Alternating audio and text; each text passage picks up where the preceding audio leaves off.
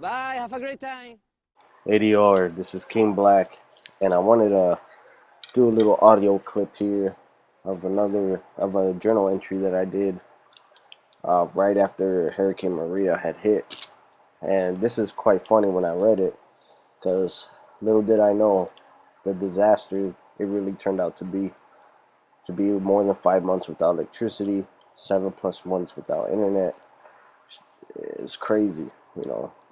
People here who go down to the port, there's still thousands of telephone poles there, hundreds of miles of cables, power lines just waiting to be delivered to the different sectors that still need repair. But anyways, I want to read this to y'all. It's called Hurricane Maria, a huge blow for the island. And it starts off like this. It says, Maria confirmed what everybody knew, that everybody wasn't ready for a Hurricane Cat 3, much less a Category 5 like Maria turned out to be. In total, the winds lasted around a day and a half. Rainfall had to have been at least 10 inches. A couple cars got flooded. The river here by the house, the little bridge, got blocked by debris, and the river came out and started flooding all the streets nearby. Several houses on my block alone were total losses. The house inside flooded. Although the windows were closed, the wind-driven rain forced in water all over the house, kitchen, living room, bedroom. Needless to say, half my stuff, if not more, is water damaged and will be thrown out. At the time of this, I am only aware of how things are within a 3-block radius.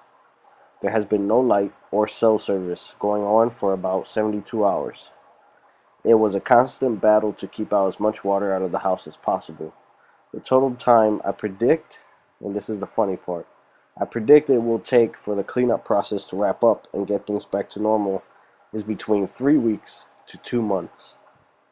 Whenever this is uploaded, I already had in mind to make a video because I assumed, things would have been a lot faster. But whenever this is uploaded is when we finally get power back. And keep in mind, Maria hit on Wednesday to Thursday, September 20th to the 21st of 2017. At least we still have water, which many others cannot say they have water. Like around 80% of people didn't have water at all. So showering and making some oatmeal for breakfast aren't a problem, especially since I was doing things on a barbecue grill. It's trying to keep your kid occupied while at the same time trying to clean up. The floor still had an inch of water in it, and all he wanted to do was get down and run around, and we couldn't let him. He could have slipped, busted his head open. The pets made it safe, even strays. I got sick after trying to sweep water back out my door in between wind gusts of over 120 miles an hour. In the middle of the hurricane, my ass was outside, actually sweeping water out from the living room, back outside to the back porch, and trying to, keep the water at bay. Not even towels under the door would help. Even with the hoodie and a thermal underneath, I still got sick.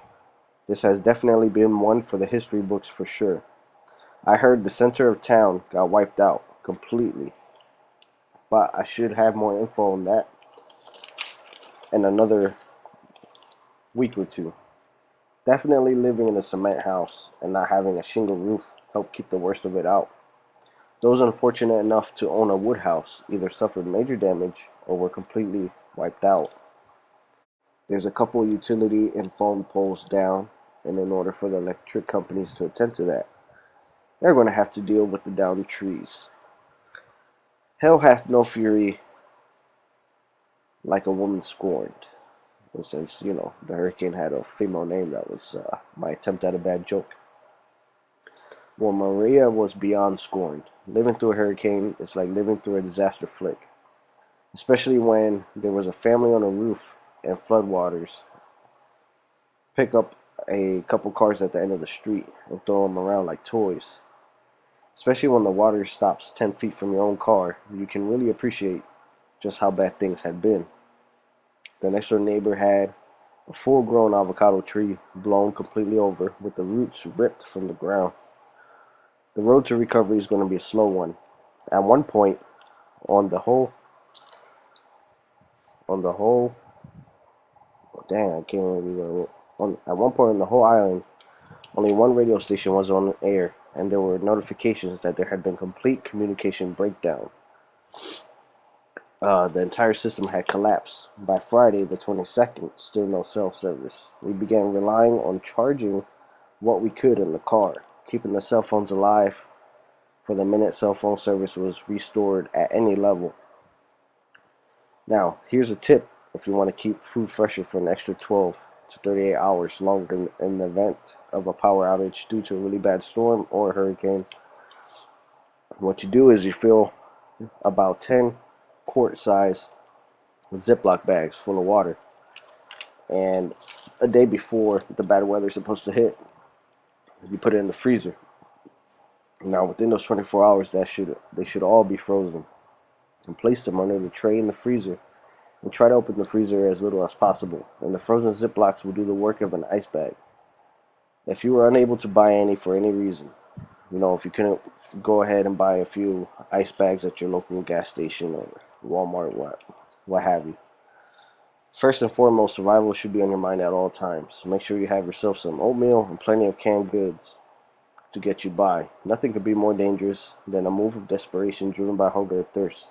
Many areas that have never been prone to flooding have been flooded for the first time. The glancing blow that Irma dealt, many laughed off. I can assure you that no one is laughing now. Places are looking like complete wastelands. Many of you watching this outside of the island may have had the advantage of maybe seeing the extent of the damage as reports come in. I have no way of even predicting what the total deaths attributed to the hurricane will be. Right now, for those of you that pray, continue to send prayers this way. I can't even fathom had Irma hit head on, only to be followed by Maria. The island will be most likely have to have been uninhabitable for at least a year, infrastructure destroyed for years. They already had stated some places can be up to 4 months without light, which is funny because some communities have been without light even still now. To this day, the day that this video is uploaded, there are people that don't have light still. And they don't even have a concrete timeline of when they're going to ever get it back. Now, some places can be up to 4 months without light. Most of us freak out if we hear that. About 4 days. After about 4 days, imagine 4 whole months of that. Which brings me to my next point. You should be sure to either have a propane or a charcoal grill. Preferably propane. This will allow you to cook any perishables before moving on to your canned goods. The grill doesn't have to be expensive, and neither does the charcoal. At least for the first couple days, you can still be eating good before the food starts to turn. As far as illumination goes, it should be no less than a flashlight with at least 4 replacement batteries, up to 24 candles. And as a last resort, you can use your cell phone flashlight. Try to buy some solar lanterns if you can. Store and keep any important documents in a waterproof storage box, ready to go in the event of emergency evacuation. If you want something filling that will last a couple days, get you a stainless steel pot, put in some water, chicken, rice, potatoes, and carrots. Then you get yourself a hearty soup going. Add some salt to taste. In regards to the hurricane and the words of Forrest Gump, that's all I got to say about that. And that concludes what I wrote, 72 hours after Maria had hit. And it makes me laugh now, looking back at it, because how naive I was, thinking that things would be all gravy 100%, up to 2 months after it hit. And little did I know the extent of the destruction, the damage, the suffering people will be going through.